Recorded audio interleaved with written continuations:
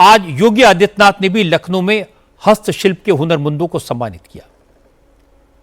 12 बुनकरों को संत Kabir state handloom award दिए। इसके तहत फर्स्ट प्राइज में 1 लाख रुपए, सेकंड प्राइज में 50,000 और थर्ड प्राइज में 25,000 रुपए दिए जाते हैं। योगी ने कहा कि उनकी सरकार ने बुनकरों की समस्याओं को दूर किया, उन्हें काम के बेहतर अवसर दिए, हैंडलूम लगाने के लिए आर्थिक मदद का इंतजाम किया और उनके प्रोडक्ट्स को दुनिया भर के मार्केट में पहुंचाने की व्यवस्था की। योगी ने कहा 1 डिस्ट्रिक्ट 1 प्रोडक्ट्स, इस स्कीम के तहत हर जिले के कारीगरों को मदद दी जा रही है और इसका असर दिखाई दे रहा है। इसके बाद योगी ने समाजवादी पार्टी का जिक्र किया, अखिलेश यादव के राज को याद किया और योगी ने कहा कि जिनकी आंख दोपहर 12 बजे खुलती हो और जो शाम को 7 बजे दोस्तों के साथ महफिल जमा लेते हो, उन्हें प्रदेश की जनता की फिक्र करने का वक्त कैसे मिलता। भाई भतीजेवाद में पड़ी भी डूबी भी उस समय की सरकारों के पास ये फुर्सत कहां थी, और फुर्सत के लिए समय चाहिए। कुछ लोग जीवन भर उनके साथ जो शब्द जुड़ जाता है उससे पीछा नहीं छोड़ा सकते।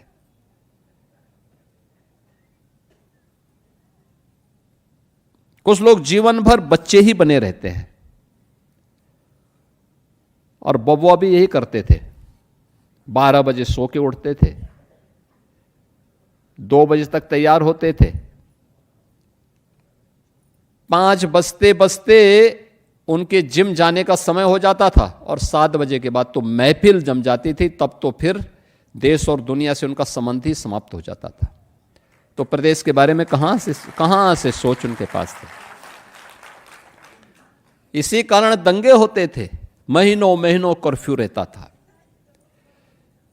इंसेफ्लाइटिस से मौतें होती थी, डेंगू से मौतें होती थी। गरीब का बच्चा जिन बेसिक शिक्षा परिषद की स्कूलों में पढ़ता है, उन बेसिक शिक्षा परिषद की स्कूलों के बुरे हाल थे। न शिक्षक था, न भवन था, न बालक बालिकाओं के लिए टॉयलेट था, न पेयजल की व्यवस्था थी। आज आप जाइए, बालक और बालिकाओं के लिए अलग अलग टॉयलेट हैं, पेयजल की व्यवस्था है, हर बच्चे को 2 यूनिफॉर्म दी जा रही है, बैग दिया जा रहा है, बुक्स दी जा रही है, जूते और मोजे उपलब्ध करवाए जा रहे हैं, स्वेटर उपलब्ध करवाया जा रहा है। इसके बाद योगी ने कहा कि उद्योग धंधे बढ़ें, व्यापारी चिंता मुक्त होकर अपना काम कर पाएं, इसके लिए जरूरी है अपराधियों में कानून का खौफ हो। योगी ने कहा कि पिछले 9 साल में यूपी के बड़े माफिया या तो जेल पहुंच गए या ऊपर चले गए।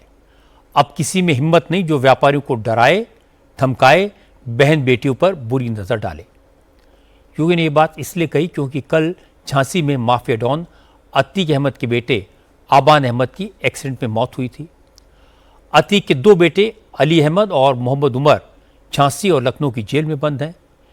इन दोनों ने छोटे भाई के जनाजे में शामिल होने के लिए पैरोल मांगा था। कोर्ट ने दोनों को 1-1 दिन की पैरोल दे दी।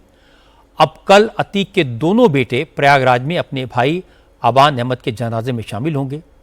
आबान अहमद की मौत के बाद एक बार फिर अतीक अहमद की चर्चा शुरू हुई। इसीलिए योगी ने बताया कि उन्होंने माफिया के खिलाफ क्या एक्शन लिया और आज यूपी में अपराधियों का क्या हाल है।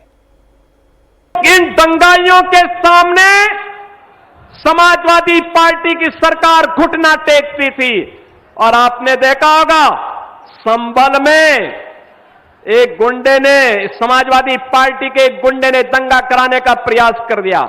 उसको घुटने में ला करके आज नाक रगड़वा रही है सरकार, घुटने में ला करके। एक गुंडा बरेली में भी दंगा करवाता था, लगातार अव्यवस्था पैदा करता था।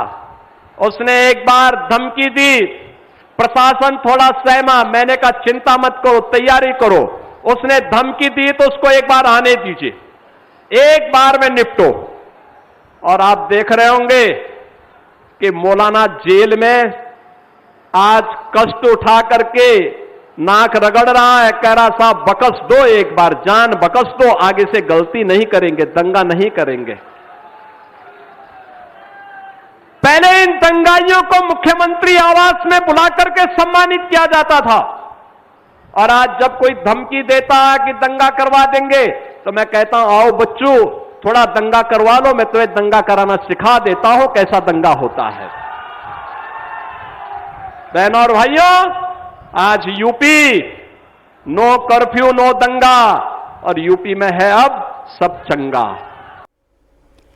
योगी आदित्यनाथ, आपने देखा होगा जब भी माफिया की बात करते हैं तो उनके तेवर बदल जाते हैं। मुझे याद है आपकी अदालत में मैंने उनसे कहा था कि आपके शासन में माफिया के लिए न बेल न जेल, सीधा प्रभु से मेल, और बड़े बड़े अपराधी ऊपर चले गए। तो योगी ने तुरंत जवाब दिया कि ऊपर गए या नीचे गए ये तो मुझे नहीं मालूम, लेकिन उन्होंने जो कर्म किए थे उन्हें तो मरना ही था। योगी आदित्यनाथ के इसी सख्त रवैये ने उत्तर प्रदेश में कानून व्यवस्था को बेहतर बनाया है, और ये योगी की दुनिया भर में पहचान बनी है।